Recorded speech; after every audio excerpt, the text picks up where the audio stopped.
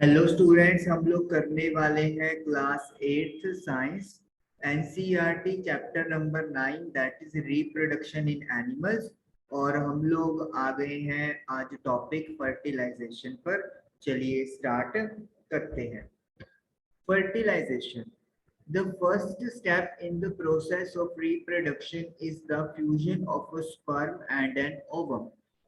पहला स्टेप जो sexual reproduction में होता है उसमें क्या होता है, स्पर्म जो मेल गैमेट है और ओवम यानी एग जो फीमेल गैमेट होता है, इनको आपस में फ्यूज यानी कि जुड़ना होता है।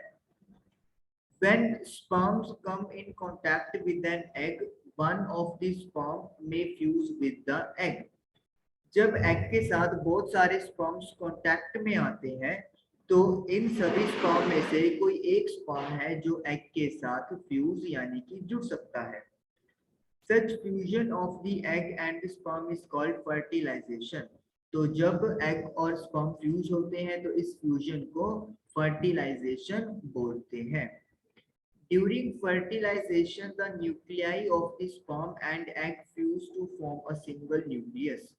फर्टिलाइजेशन के दौरान स्पर्म का न्यूक्लियस और एग का न्यूक्लियस वो जुड़ जाते हैं और जुड़ के एक सिंगल न्यूक्लियस में बदल जाते हैं, यानी कि दो न्यूक्लियस मिलकर सिंगल एक न्यूक्लियस बन जाता है। सिंगुलर फॉर्म न्यूक्लियस होती है, प्लूरल फॉर्म न्यूक्ली होती है। This results in the formation of a fertilized egg or zygote। और इससे एग फर्टिलाइज हो जाता है जिसे हम लोग जाइगोट बोलते हैं। तो यानी कि फ्यूजन के बाद जो स्ट्रक्चर बनता है that is called zygote. Singular का मतलब होता है एक के लिए, जब आप बात करते हो दो या दो से ज्यादा के लिए जिसको आप बहुवचन बोल देते हैं उसको आप प्लूरल फॉर्म बोलते हैं। The process of fertilization is the meeting of an egg cell from the mother and a sperm cell from the father। Fertilisation process का मतलब क्या है या इसमें क्या चीज है कि मदर से एग सेल और फादर से जो स्पर्म सेल है वो आपस में मिलेंगे।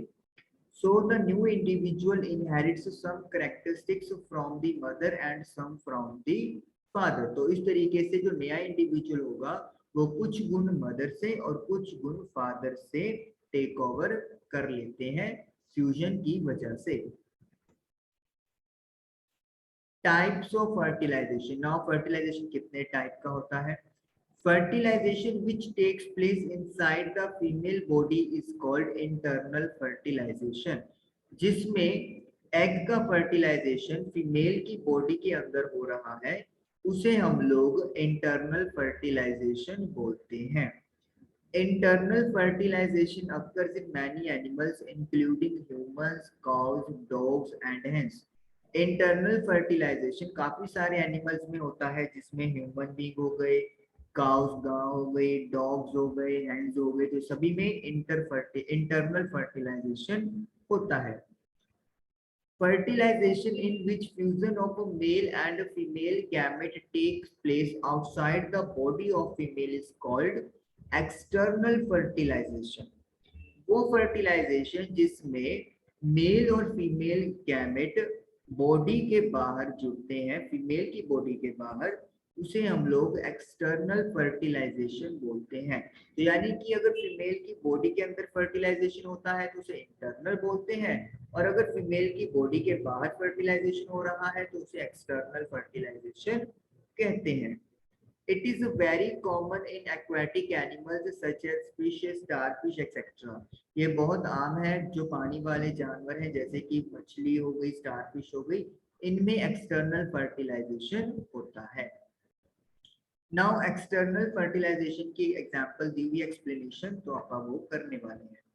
ड्यूरिंग स्प्रिंग और रेनी सीजन, बसंत या बारिश के सीजन में frogs and toads move to ponds and slow flowing streams.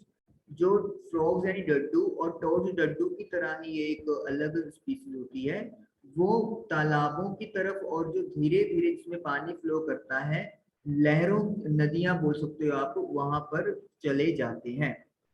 When the male and female come together in water, the female lay hundreds of eggs।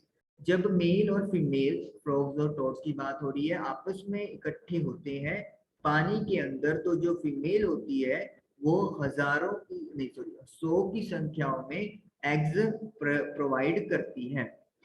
Unlike hen's egg, frog's egg is not covered by a shell and it is comparatively very delicate.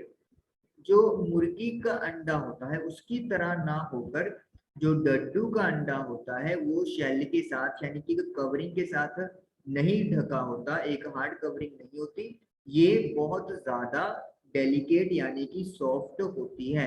यानी कि जो hand का egg है उसकी covering बहुत ज्यादा hard होती है, लेकिन जो फ्रॉग की एग की कवरिंग है वो बहुत ज्यादा सॉफ्ट होती है as comparatively. A layer of jelly holds the eggs together.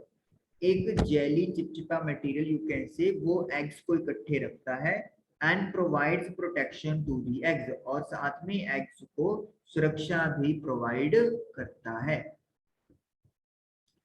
As the eggs are laid, male deposits sperm over them. जैसे एग दिए जाते हैं जो मेल होता है वो स्पर्म जो है उनके ऊपर डिपॉजिट कर देता है। Each sperm swims randomly in water with the help of its long tail. अपनी लंबी पूंछ की सहायता से हर स्पर्म पानी के अंदर इधर उधर तैरता है। The sperm come in contact with the eggs. This results in fertilization. और जो स्पर्म एग्स के साथ कांटेक्ट में आ जाते हैं उससे एग का फ्यूजन हो जाता है और फर्टिलाइजेशन प्रोसेस हो जाती है। ओके, तो आज का सेशन आपका यहीं तक था। आई होप कि आपको क्लियर हुआ होगा। Thank you for watching the video.